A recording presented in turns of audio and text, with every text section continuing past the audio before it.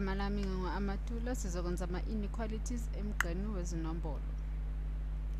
Lana kuthiwa ugraph x mncane kuno-4.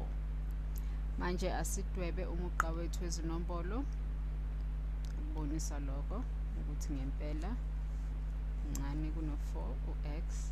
Sidwebe kanjena, sifake ama-arrow bese lana sifaka u-0, sifake u-1, u-2, u-3, u-4 no-5 bese ngapha-ke sizofaka u-1, -2, -3, -4 njalo njalo ungaqhubeka uma ufuna.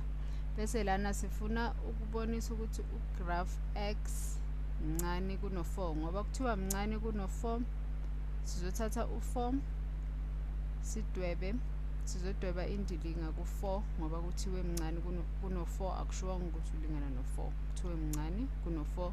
Ngakho-ke lokho kuchaza ukuthi sizofaka indilinga yethu evulekile ngoba kuthiwe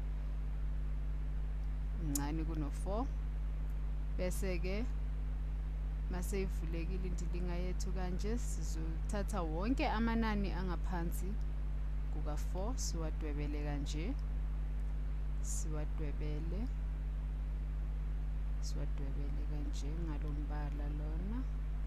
Wonke lamanani lawa angaphansi kuka-4 siwadwebele kanje.